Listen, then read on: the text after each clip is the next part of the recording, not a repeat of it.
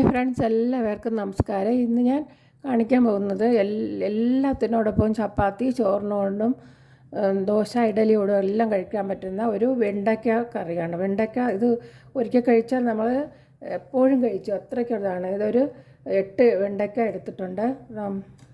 ബാക്കി ഈ സാധനങ്ങളും ഉണ്ട്. എളുപ്പം ഉണ്ടാക്കാവുന്നതാണ്. തേങ്ങ ഒന്നും വേണ്ട. വെണ്ടയ്ക്ക വറുക്കാൻ ആവശ്യമായ ഒരു 5 ടേബിൾ സ്പൂൺ വെളിച്ചെണ്ണ ഒഴിച്ചു കൊടുക്കാം.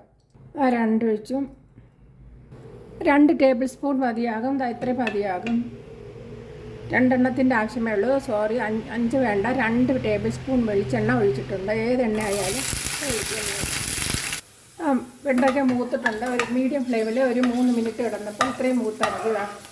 നല്ല ഇതുപോലെ എടുക്കാം. 3 മിനിറ്റിൻ്റെ ആവശ്യമുള്ളൂ. പ്രത്യേകം ശ്രദ്ധിക്കുക, 2 ടേബിൾ സ്പൂൺ വെളിച്ചെണ്ണ മാത്രം മതിയാകും. ഒരുപാട് എണ്ണയൊന്നും ആവശ്യമില്ല. ബാക്കി ഇത്രയും എണ്ണയുണ്ട്.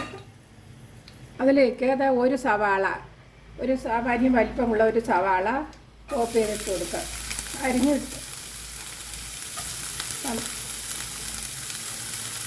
വളരെ പെട്ടെന്ന് ഉണ്ടാക്കാൻ പറ്റുന്ന ഒരു കറിയാണ് ഞാൻ കാണിച്ചുകൊണ്ടിരിക്കുന്നത്.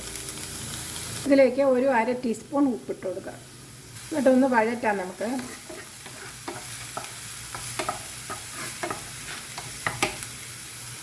സവാള ചെറുതിയിൽ കിടന്ന് വഴറ്റിക്കൊണ്ടിരിക്കുകയാണ്. അത് ഇപ്പം വഴറ്റേണ്ട ആവശ്യമില്ല. അത് ചെറുതിൽ കിടന്ന് മൂക്കും. അപ്പോൾ 1/2 ഇഞ്ച് വലിപ്പത്തിൽ ഇഞ്ചി, പിന്നെ 2 പച്ചമുളക്, അതുപോലെ പച്ചമുളക് 2 എണ്ണം, പിന്നെ ഒരു 8 അല്ലി വെളുത്തുള്ളി. ഇത്രയും വെളുത്തുള്ളി, പിന്നെ ഇതുപോലെ ഒരു തക്കാളി, ഇതുപോലെ ഒരു പഴുത്ത തക്കാളിയും കൂടി അരിഞ്ഞത് ഇതിലിട്ട് കൊടുക്കാം.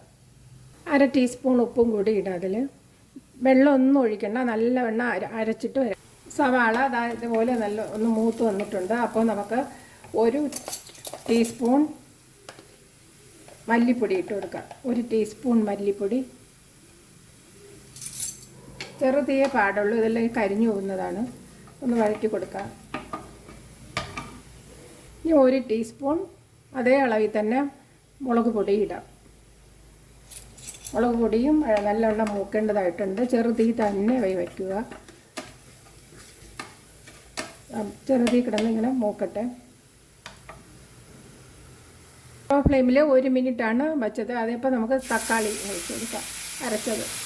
ഇതൊന്ന് ചെറുതീ തന്നെ ഒന്ന് മൂപ്പിച്ചിട്ട് പച്ചമണം മാറുന്നതിന് വേണ്ടി, ഇതിൻ്റെ പച്ചച്ചുവയൊക്കെ ഇഞ്ചിയുടെയും വെളുത്തുള്ളിയുടെയും തക്കാളിയുടെയൊക്കെ മാറുന്നതിന് വേണ്ടി ഒന്ന് ചെറുതായിട്ടൊന്ന് ലോ ഫ്ലെയിമിൽ തന്നെ ഒന്ന് മൂപ്പിച്ചെടുക്കാം. ഒരു 2 മിനിറ്റ് ഇതിൽ കിടന്ന് മൂക്കണം. അപ്പോഴേ നല്ല ടേസ്റ്റ് ഉണ്ടാവുള്ളൂ. നല്ലവണ്ണം അതായതുപോലെ മൂത്തിട്ടുണ്ട്. അപ്പോൾ നമുക്ക് അരപ്പൊക്കെ നല്ല മൂക്കുമ്പോൾ ചാറിനാവശ്യമായ വെള്ളം ഈ മിക്സിയുടെ ജാറ് കഴുകി ഒഴിച്ചു കൊടുക്കുക. എന്നിട്ട് ഫ്ലെയിം ഒന്ന് ഹൈ ഫ്ലെയിമിലിട്ട് കൊടുക്കുക. ഗരം മസാല പൗഡർ ഇടേണ്ടതായിട്ടുണ്ട്. ഒരു 1/4 ടീസ്പൂണും കുറച്ചും കൂടി ഇട്ടിട്ടുണ്ട്. ഇത്രയും ഒരു 1/2 ടീസ്പൂൺ മഞ്ഞൾപ്പൊടി, 1/4 ടീസ്പൂൺ ഗരം മസാല. തിളയ്ക്കാൻ തുടങ്ങുന്ന സമയത്ത് നമുക്ക് വെട്ടിത്തിളയ്ക്കേണ്ട. തുടങ്ങുമ്പോൾ ഇന്ന് വെണ്ടയ്ക്ക ഇട്ട് കൊടുക്കാം. അടിപൊളി കറി ആയിട്ടുണ്ട്. ഇതിൻ്റെ ഫ്ലേവർ ഇറങ്ങുന്നതിന് വേണ്ടി നമുക്ക് ഒന്ന് വെട്ടി തിളപ്പിക്കേണ്ടതായിട്ടുണ്ട്.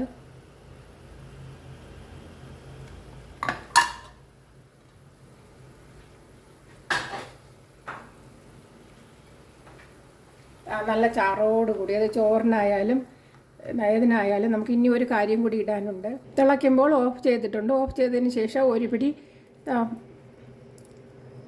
മല്ലിയില തൂക്കി കൊടുക്കുക. അതോടൊപ്പം തന്നെ കസ്തൂരി മേത്തി കുറച്ച് ശകലം ഇട്ട് കൊടുക്കാവുന്നതാണ്. തിരുമ്മിയിട്ടൊന്ന് ഇങ്ങനെ ഇട്ട് കൊടുക്കാം. കറിവേപ്പില ഉണ്ടെങ്കിൽ ആദ്യമേ ഇട്ട് കൊടുക്കാവുന്നതാണ്. നല്ല ചാറോട് കൂടിയ നല്ല കറിയായി. ശകല വെണ്ടയ്ക്ക കൊണ്ടാണ്. അതിൽ ഒരു വെണ്ടയ്ക്ക മുറ്റിയായിരുന്നു, അതുകൊണ്ട് ഞാൻ കളഞ്ഞു. 7 വെണ്ടയ്ക്ക എടുത്തിട്ടുള്ളൂ. അത്രയും വെണ്ടയ്ക്ക കൊണ്ട് നല്ല അടിപൊളി കറിയാണ് ഞാൻ ഉണ്ടാക്കിയത്. ചെറിയ വെണ്ടയ്ക്ക ആയിരുന്നു. നല്ല ഈ ശകലം മതിയാകും. ഈ കറി നമുക്ക് കഴിക്കുമ്പോൾ തന്നെ നമുക്ക് വളരെയധികം രുചിയോടെ എല്ലാം കഴിക്കാവുന്നതാണ്. നമുക്ക് രുചിച്ചോറും പലഹാരങ്ങളും എല്ലാം. ഇനി അടുത്തൊരു വീഡിയോയുമായി വരാം. എല്ലാവർക്കും നന്മ ഐശ്വര്യം ഉണ്ടാകട്ടെ. ബൈ.